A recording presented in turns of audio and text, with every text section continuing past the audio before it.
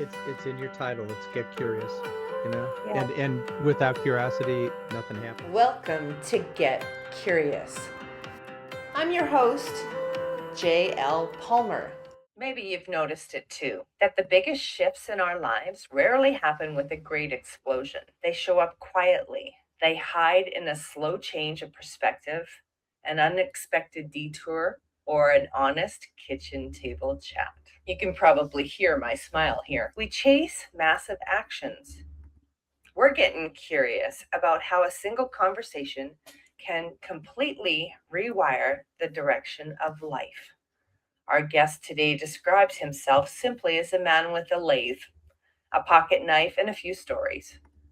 For nearly 30 years, he has worked as an executive coach, helping leaders navigate massive transitions, growth, and the tricky work of succession.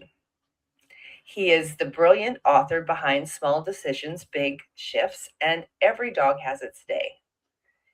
He views conversation not just as a tool for information, but as a space where human lives actually change.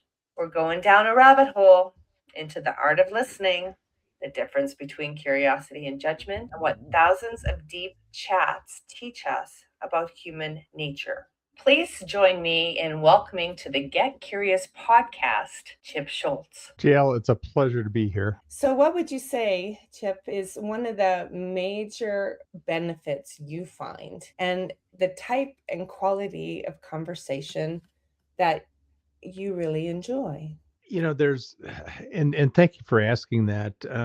There are a couple of things that I do, and especially I do them in classes with my coaching clients, etc. There's one thing that's called the personal histories exercise, and in the personal histories exercise, I ask them to answer 6 questions, and the 6 questions are, where were you born, or where did you grow up? What was your sibling order, and where do you fall in it? What was your unique, difficult challenge as a child? What creeps you out? What scares you the most? And if your older self could go back and tell your younger self something, what would it be? What I find from that is that even if people grew up across the hall from each other, I'm talking about in the same family, they're different, Mhm. and they don't see things the same. They see things differently, and they just they have a different frame of reference, even if they grew up in the same household. Mhm. And so if they grew up in the same household, well, how do people who grow across the street or across town or across country boundaries, how do they see things differently?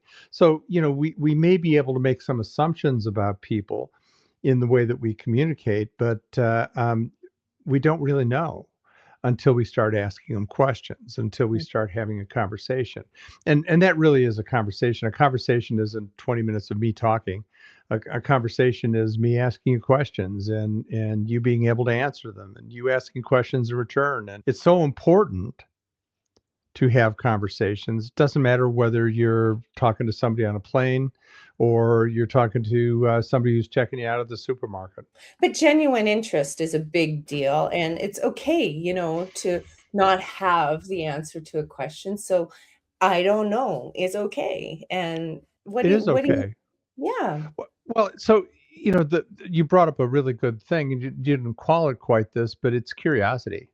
Mhm. And I think curiosity keeps us young. Curiosity about the way the world works, about people, about different things. Just being curious, and that leads to asking questions. That leads to having great conversations. Because again, if I'm sitting down with you and I look across and we're sitting on a plane, and I make some kind of a offhand comment, I'm going to know really quick whether you're going to put your earbuds in and head for a book. But if you don't, we're probably going to have a really great conversation. You mentioned that there's like a line between curiosity and judgment in some of the what I've been reading, and I have a question about like how a person can tell when they are asking a question, like someone's asking you a question out of a genuine wonder versus asking just to prove a point. Well, JL, Did you ever watch Ted Lasso? No. Ted Lasso is a story about an American football coach who gets hired by an English soccer team, football team, to run it, and all of the cultural things that come apart with him going over there. But he was playing darts in this one scene, and he was playing against the arch enemy of the person who was running the soccer team that he was a part of.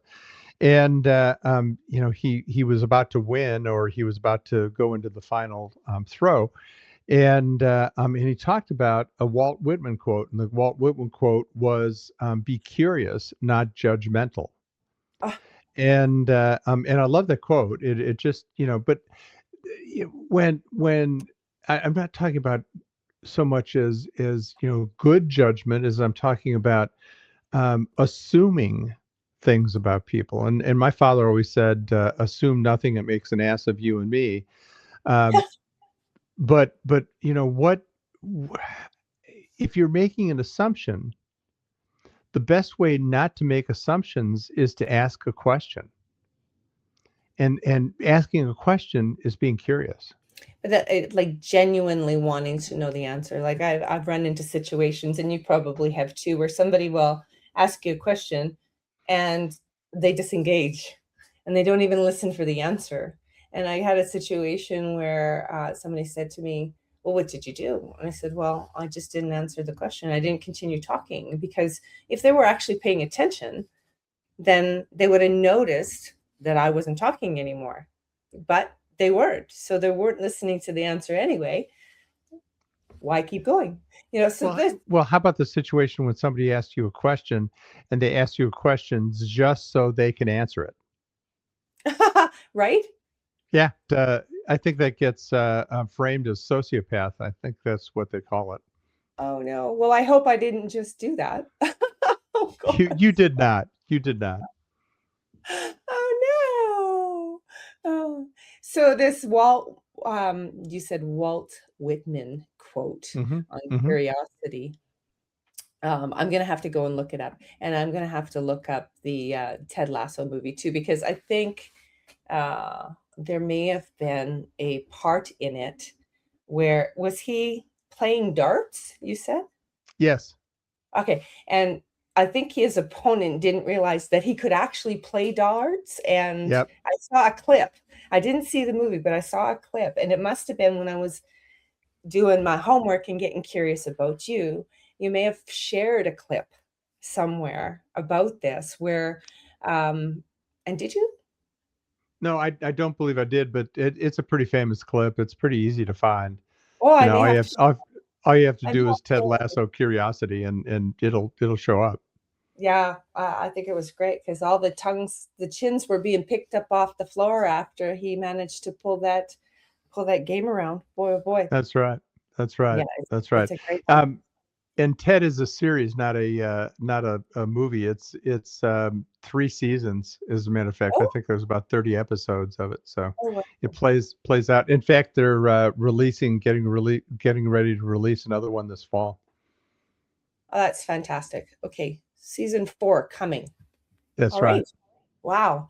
Yeah, thank you, because now I get to go and look that up. Now I've lost my train of thought. So there are questions that I have for you, and I'm going to edit this. I feel like I'm falling apart for whatever reason.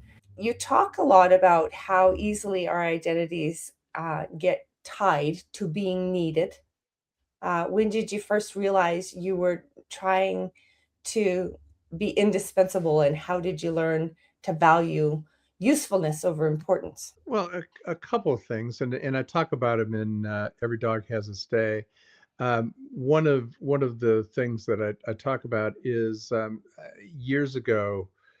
God, probably somewhere back in the 60s, which tells you how old I am, uh, Mhm, is my father, who used to travel quite a bit. He came home with a postcard, and mhm, it was called The Water Cure, and the Water Cure was summarized. It was, take it whenever you're feeling really important, whenever your ego is getting the best of you. take a bucket of water out, stick your hand in, swish around all that you want to do it, and pull your hand out and look for the hole that's left. And I suppose the postcard was meant to keep me humble. I don't know. Maybe, I was too cocky in my fourth grade little league or playing baseball or something like that. I have no idea, but he gave me that postcard, and it was written by some GIC salesman or something like that. He bought it off the pier in Atlantic City, and I put it in, a scrapbook and didn't really look at it for a whole long time. And then about 20 years ago, I was going through the scrapbook and ran across it.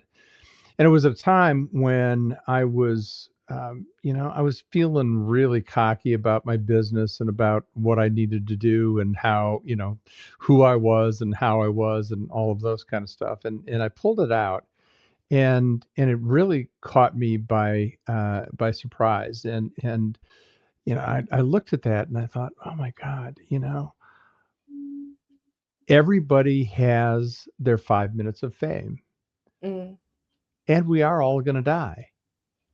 And if you start to think about that, it's not about who you are that really makes a difference. It's what you do. It's the usefulness. About 14 years ago, I had a stroke, and out of recovering from the stroke, and I don't want to make the stroke the headline, but recovering from the stroke, I got involved in wood turning. My wife gave me a lathe for Christmas, mhm. and my mother-in-law had always wanted me to have a hobby, wanted me to be useful, and she was so tickled that I got this lathe, and so tickled that I love it. In fact, you can see a bunch of the things that I've made behind me, Yeah, it's just and gorgeous.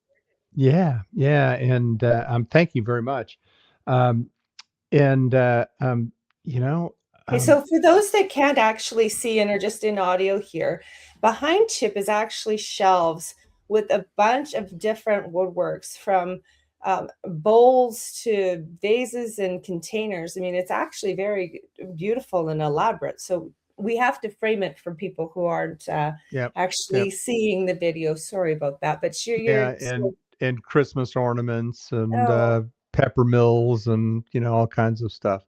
oh my gosh. And So this yeah, is the yeah. lathe gift. I'm sorry. This is the gift, the lathe that you've been able to make Yeah, all of these from that gift. yeah, yeah. Well, okay, so it was a small lathe, and it gave way to a bigger lathe, Mm. which gave way to a bigger lathe, which it's kind of like a boat. You can never have a big enough boat. And I have been informed by my wife that I've got the big enough lathe now. But this hobby, and we were talking about how she wanted you to have a hobby, Yeah. and how has this hobby, helped you? And Well, it's a metaphor for life. It's a yeah, metaphor for everything we do. So all of my pieces start with a log, start with a tree. And for whatever reason the tree is taken down, and it may be that it's in the way of progress. It may be that it's old and there's storm damage or that kind of thing. um, I only work on stuff that has come down. I don't go and cut trees down just to be able to turn wood. So it's all salvaged, and there's a lesson there talking about how how we make something useful out of something that perhaps was decayed or had ended its useful life, and so now it has a rebirth. It's got a part of redemption in that. We all love a good redemption story, don't we? yeah, um, yeah, and it's so much like relationships. So if you look out at a forest, all you see are a bunch of trees, and to a wood turner, you start to see all the different kinds of trees, and the trees that have the burls on them, and the trees that are oaks or maples or cherry trees or what have you. And you start to understand the differences. And then when somebody comes to you and says, "Hey, listen, I'm taking this tree down. Would you like the wood?" And I've gotten to the point where I probably should say no, I really don't, because I've got such a stack of wood that it's just kind of crazy. And my wife keeps looking at me and saying, "You want more wood?" It's like, okay. Um, but uh, um, but it gets harvested, and you don't know what it's going to make. You don't know what the log looks like on the inside, and it's just like relationships. You meet a person, and just like you and I met today, and I don't know what the conversation is going to be like. I don't know what's inside. And so with a log, you don't know what's inside, and until you cut it open, and with a chainsaw, you start to shape it, and you create, and you kind of make a mess along the way. Sometimes relationships work, sometimes they don't, but you make a mess along the way. And good God, I've got a tractor that has a bucket on the front, and that's how I get rid of my sawdust. Because I make so much sawdust, it takes a tractor bucket to get rid of it. And we refine, and we start to work. But even when you've got a bowl that's finished and you're using it for salad or for fruit or whatever, it's not done moving. The bowls do not move. It's a living thing. It's depending on its surroundings. Wood in a very dry surrounding warp in a certain way, and if it's in a wetter surrounding, it warps in a different way. And so, just like relationships never stop moving. They're additive or subtractive, or they can be good, they can be not so good. Um, and it depends, right? It depends on how that relationship is nurtured, and if it has legs to go beyond. Does that make sense? It does, and, you can see, as someone who works with wood, you've probably every piece has its own uniqueness, like every relationship does, and you can see it come from where you guys met, like of where we are meeting, and how it evolves and shapes over time, and where what it becomes. And so I think that's using an example of one of your lovely pieces there, and relationship together is a wonderful metaphor. Yeah, and who knows, JL? Maybe we'll become really good friends, or maybe we won't. Maybe we'll talk again on a regular basis, and maybe we won't. And God, I'd love it if we kept up a relationship, but that's the way relationships go. Exactly. And if we approach it from the point of view of it's going to be whatever it is, Hmm. instead of having too many rules around it, would you say that we would probably learn more, grow more out of that type of a approach to conversations and relationships? It's in your title. It's Get Curious, Yeah. and without curiosity, nothing happens. Oh, I agree. So if the listener is feeling stuck in a relationship or a career right now, you have a lot of expertise as a coach. What is one question they could ask themselves that might spark a shift? Well, so my first, well, the first book of the this era is Small Decisions, Big Shifts, and I talk about the 5 C's in there, and the 5 C's are context, clarity, conditioning, choice, and character. Um, Context is really important to understand where you are, and then clarity is being sure in no uncertain terms what you want. The problem is that most people have no clue what they want. Hmm. They absolutely. So when you say you're stuck, Well, what that means is that you can't see what the future is going to hold. You have no idea what the future is, and you really haven't thought about what you really want to do. You don't want to talk about how it's going to end. And shoot, if I'm 25 years old and I'm looking out at maybe the next 40 years to figure out where I'm going to be, I probably won't have that much information to be able to make that decision. But where I start with is okay, what does success look like for you? And I'm not talking about just financial success or career success, but what does success look like? Mhm. So let me ask you that question, JL. What does success look like for you?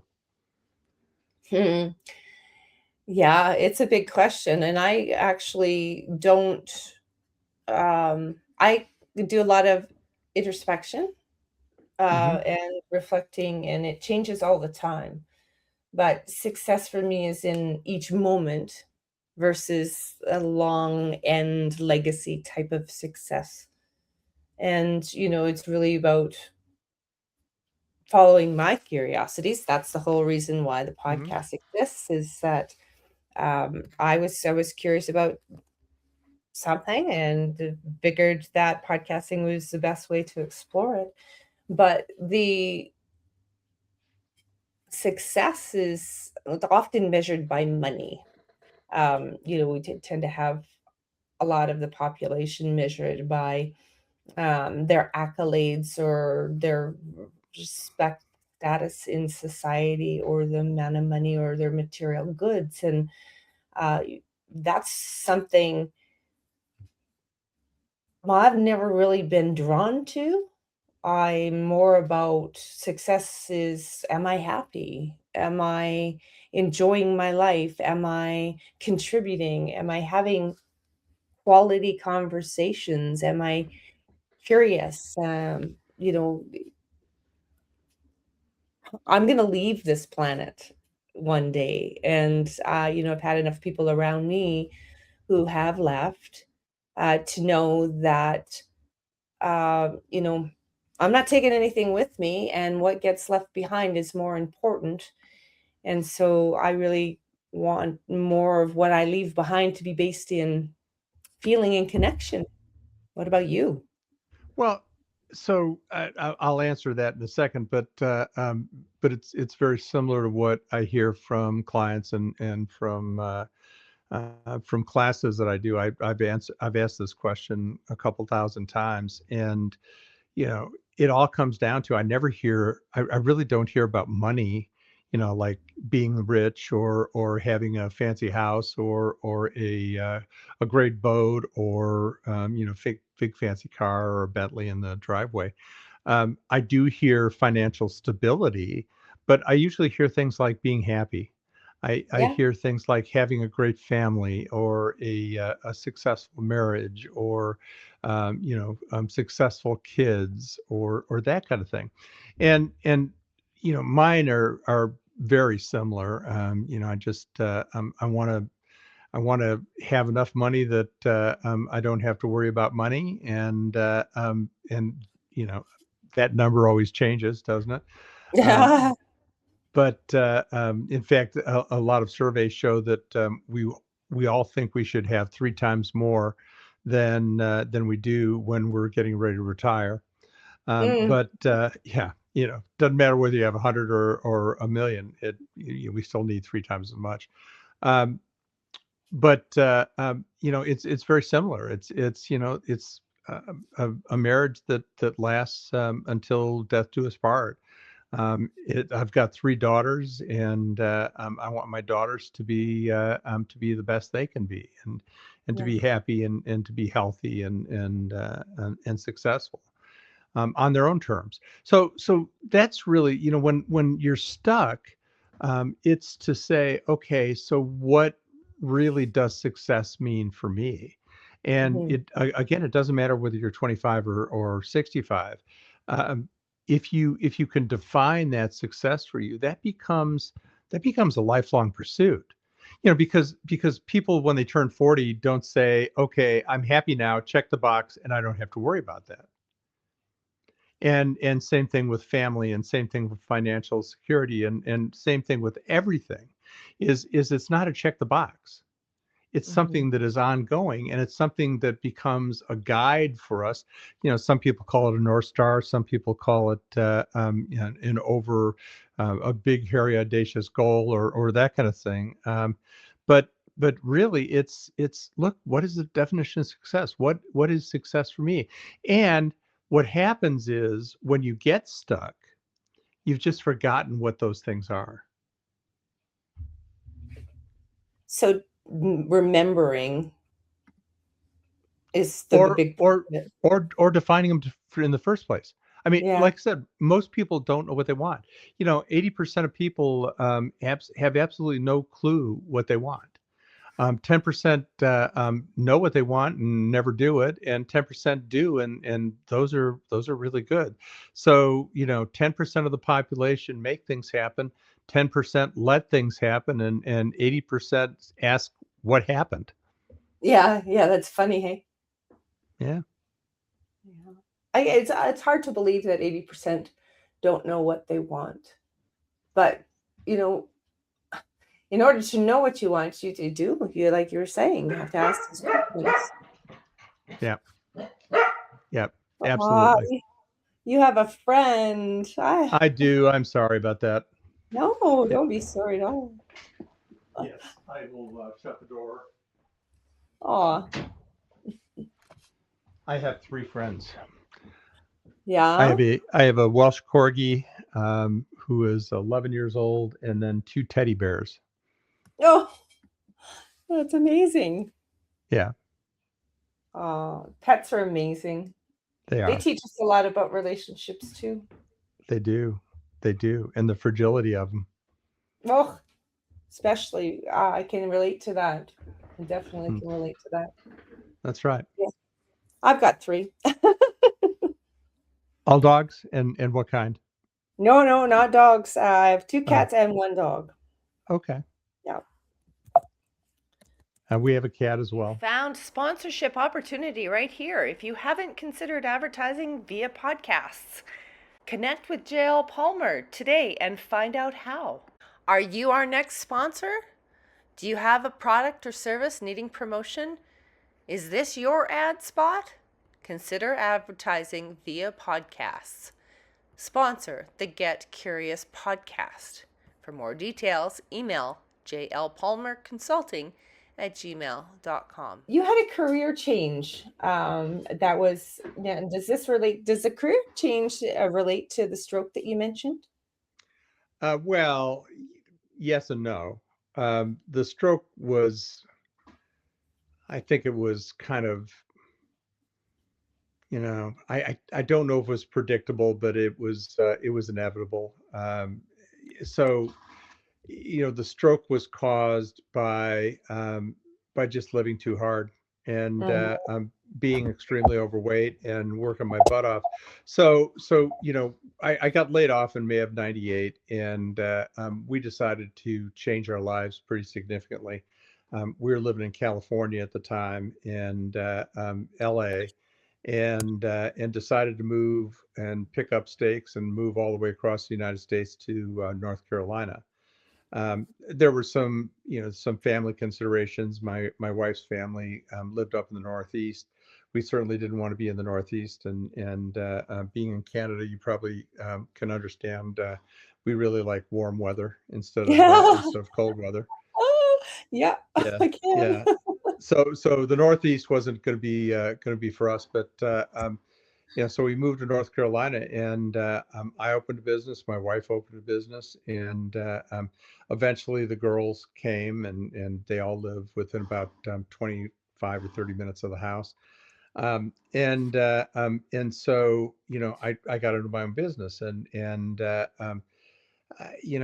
busier I got, and the more that I was making, the busier I got. And I had been through areas of scarcity before in my life, especially starting a business, that I wasn't going to turn business down. And I got to the point where I was 200 nights in a hotel in a year, Oh, and flying all over the place and driving to where I couldn't fly to, and it was crazy. I had one week where I started off in Newark on a Monday and then flew to Atlanta, gave a speech, and then flew from Atlanta to Dallas, gave another speech in Dallas, and then flew from Dallas to LA and ran a class out in LA, and then flew back home on Saturday. So I was gone from Sunday to the following Saturday, and that was pretty much like, like my life.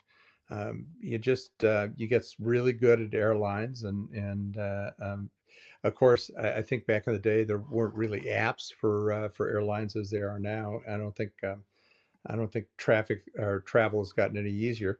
But I was a diabetic. I gained all kinds of weight, and I was working crazy hours and sleeping 5 hours a night. Oh my And yeah, which isn't a really great prescription for a long and happy life, right? God. Seems like it took a toll. I mean, I can't imagine how that kind of thing wouldn't have a lot of weight on the rest of your life. Yeah, and so when I had the stroke, after the stroke and the year after the stroke, I lost 110 pounds. Wow. You know, I went from 350 down to 240, and have managed to keep it off over the years. And I just I started taking care of myself. I get really cranky if I don't get 8 hours of sleep. Yeah. Um, I turn down work that is going to, be crazy travel or any of that kind of stuff. And so, yes, it had a huge effect on getting my own business, but it wasn't getting into my own business that caused the stroke. It was doing all the things that I shouldn't have been doing that I learned about after the stroke. Does that make any sense? Yeah, it taught you that some changes needed to be made, I might think. Hmm. Yes, yes. And Yeah, and I imagine they were and eating. well, and you have a choice, like there's a stat that came out a few years ago that Dr. Dean Adele ran a study, and he found that 90% of people who had serious heart events, like an open heart surgery or a major heart attack or something like that, were either dead or back on the table in 3 years because they didn't change anything. And so, that isn't that stupid? I mean, does that make does that make any sense at all that No, you've had a life-changing event and you don't change your life? no, it doesn't make any sense at all. But at the same time, change. Wouldn't you say that change is quite hard? Well, change is quite hard. Yeah, Yes, change is quite hard, but it's doable. yeah. And so, that led to the discussion or the title of the book, Small Decisions, Big Shifts. You don't make those big shifts by saying you're going to make a big shift. You do it in the small decisions that you make every day. And so, the small decision is, when I wake up in the morning, am I going to go sit down and have breakfast, or am I going to go get on my workout clothes and take a walk? Um, that's a small decision, but it's going to lead to a big shift. And so, what am I going to put in my mouth? What am I going to put in my body? Um, what am I going to do for sleep? All of those are small decisions that lead to your big shifts. And so, there was a psychological movement a few years ago that talked about a kind of therapy that asked the question, especially like for a warring couple. Um, the question was, if you woke up tomorrow and something has changed, what's one small way, what's one small thing that happened? What's one small thing that you would notice? And Hmm. again, it's those small things. It's not the big thing. It's not, going from we're on the precipice of a divorce. It's the small things, Yeah. you know. If I woke up tomorrow and she said good morning to me instead of screw yourself, you know. Something like that, yeah. Yeah, yeah, Geez, it's yeah, gotten pretty bad if that's the way it's going, Chip. yeah, yeah. Well, you know, you've heard of you've heard of hallway sex, haven't you, JL? And Oh my gosh. that's when you bump into each other in the hallway, and you look at each other and say "f you." Yeah. That's hallway sex. Yeah. Oh my gosh. Yeah, but if you take, I mean, the way you put it, it's the small things all the time, but are we, I bet there's got to be ways that we can pay attention to them better. You know, we don't notice the small things all the time, or, especially when it's negative. Positive, yeah, but when say like in a way, like you said, and a relationship like a marriage is eroding, we don't necessarily see the small things along the way as they're happening that accumulate to then hallway sex, for lack of a better. Well, you know, and I'm certainly not a relationship expert, although my wife and I have been married 42 years. Um, but the other thing is that my children lost a lot of bets on whether we'd stay together for 42 years. You know, because there have been some titanic fights, and you know what it really comes down to is mindfulness, and mindfulness is it can be defined real simply as noticing things, Yeah. you know. And here's a great mindfulness exercise. Sometimes you want to do it, is pull out your phone and pull up a picture on your phone and look at that picture. And the first thing you do is you say, okay, I want you to notice three things about that picture. Tell me what Mhm. three things you notice. And then okay, when you've told me three things, then I'm going to ask you again. I said, okay, so notice three more things, and three more things, and three more things, and three more things. And it is absolutely amazing what you can notice if you just put your mind to it. So whether it's you know, going out for a walk and noticing the crepe myrtles are in bloom, or noticing your neighbors' mums that are in bloom, or whatever. It's noticing. So that relates to relationships as well. Is what do I notice about the man or the woman that I'm sitting across from, that I rely on, that you know, for some reason at one point in our life we loved each other. Mhm. What do I notice? You Mhm. know, do I pick up the momentary hurt when I say something stupid? You know, Hmm. It really, really is just, the very small, quiet moments. yeah, yeah, good or bad, Yeah. you know. And you know, our minds tend to go to the bad things pretty quickly. Yeah. Our minds do a really good job of horribleizing things, catastrophizing things. You know, every conspiracy theory starts with a horribilization of something. Um, they have a couple of names for it. They have it. They call it doomerism, or they call it catastrophizing. And our minds do a really good job of thinking about what can go wrong, and we Mhm. do a really poor job about thinking what's going to go right. You know, one of the things that I heard a while back, and I really like it, is a simple acronym. It's TAG, TAG. Mm. And tag is treat everyone with respect, assume positive intent, and grant grace. Mm. That's beautiful. Well, think about a world where everybody did that. Mm-hmm. Hmm. Treat everyone with respect, assume positive intent. Now, assuming positive intent is probably the toughest thing to do out of those three. Mm-hmm. Well, and when I talk about granting grace, who is the one that we forget to grant grace to first? Oh, I'm putting my hand up.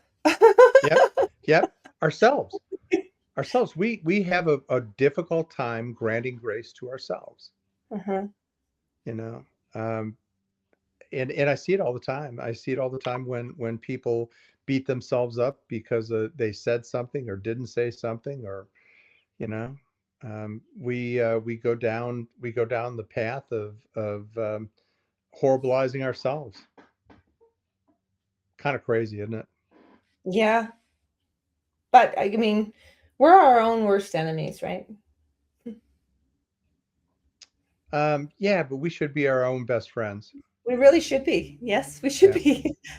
I agree 100%. yeah, Yeah. yeah. Well, I want to encourage people to get to know you better, and I want to, you know, put some light on your books. I haven't read either one of your books, and I apologize. I really do like to read an author's book before I interview them. It's just part of the many things that you have going, and small decisions, big shifts, and every dog has its day are definitely, I'm sure they're available everywhere you can get books. And you have all kinds of ways to get in touch with you. I'm Yes, going to put in the all show kinds of notes. socials. Yep, Yeah, I'm going to put in the show notes the link to your website, and you're on from what I can tell, you're on Facebook, Instagram, and LinkedIn. yep. And you've got your leadership development last name Schultz. Am I saying that right? Scholes and Associates. Yes. Schultz. Okay, yeah. So Yeah. there's definitely all kinds of ways that you can, find out more about Chip and work with him, or just even hang out on socials. But it's, yeah, ScholzandAssociates.com. So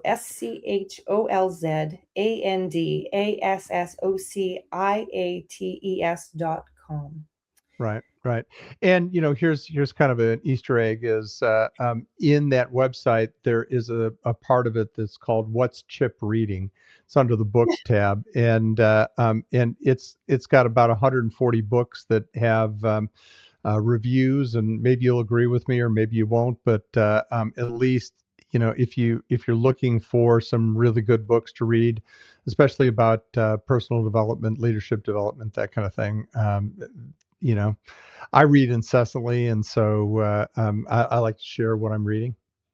Yeah, it's a fantastic list. Yeah, Yep, it is an absolutely fantastic list. yep. I'm just going through And some.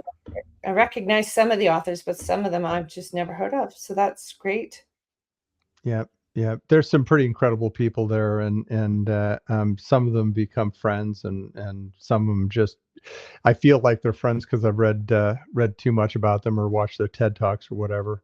Um, Yeah. in fact, Brene Brown, we call her Saint Brene in the business, but I've read so much and listened to her podcast and that Brene just feels like a friend more than anything else.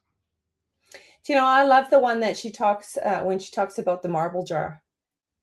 Have you heard that one? I don't think I have. So it's about connection, about being curious, and it's about building relationships. And the marble jar is the the relationship as a whole between two people, for example. And each marble is a bit of an interaction that has built trust and helped the relationship grow. She talks about, who are your marble jar people, when, you need someone that you can go to, or you need support, or who's got your back, or you really just are looking for that strong relationship in your world. She's fascinating. Yeah. Wow. Wow, that's cool. That There's really another is. book on your list I want to mention. I mean, I think everybody could, anybody who's guesting or hosting podcasts could definitely read this Talking to Strangers by Malcolm Caldwell. That's a good Are one. you a fan of Malcolm Gladwell's? I am. I'm just, he definitely has, he's definitely a personality, a very strong personality. Yeah. So, I take it with, I take it the way I take it with my personality and his personality, right? But it You is a know, book. if It's you when like if you I'm like sitting right in front audiobooks, yeah, of it. if you like audiobooks, the audiobooks, so he did one called The Bomber Mafia. He did another one called The Revenge of the Tipping Point. Neat. 25 years after he wrote Tipping Point, he did Revenge of the Tipping Point. And the podcasts, or excuse me, the audiobooks are very much like podcasts. They're produced the same way with, direct quotes and audio from different sources and music and things like that. So they're not your typical audiobook, and they're a gas to listen to. They're really great. Yeah, and I think that's my experience with it for the most part, because I really do like the audiobook, but I don't know that I think it's starting with Y. Uh, That's Simon Sinek. okay, I'm confusing. I'm gonna have to find his now and figure out which one it actually is that's his in my library. That yeah. Now why am I confusing these two? They must have a similar theme, or I'm just looped. It's a Tuesday. It's a Tuesday, and it's one of those Tuesdays where everything is like back to back with no room to breathe, and it's like, oh well, that's good. We'll just we'll do what we do. And We'll do what yeah, we no, do. I'm gonna have to go and find it, but it's gonna take me longer than I want to dedicate time to while we're talking. So yeah, definitely wish I read the books first, and I definitely want to give you some. I'd like to do another interview once I've had a chance to read what you've written, because I think there would be some value there for Well, sure. And JL, just about your author journey. yeah, once we get off air, send me your address, and I will be more than happy to send you a couple books. Oh, well, thank you very much. Yes.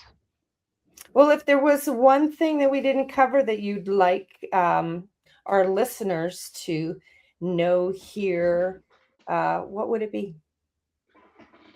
Hmm.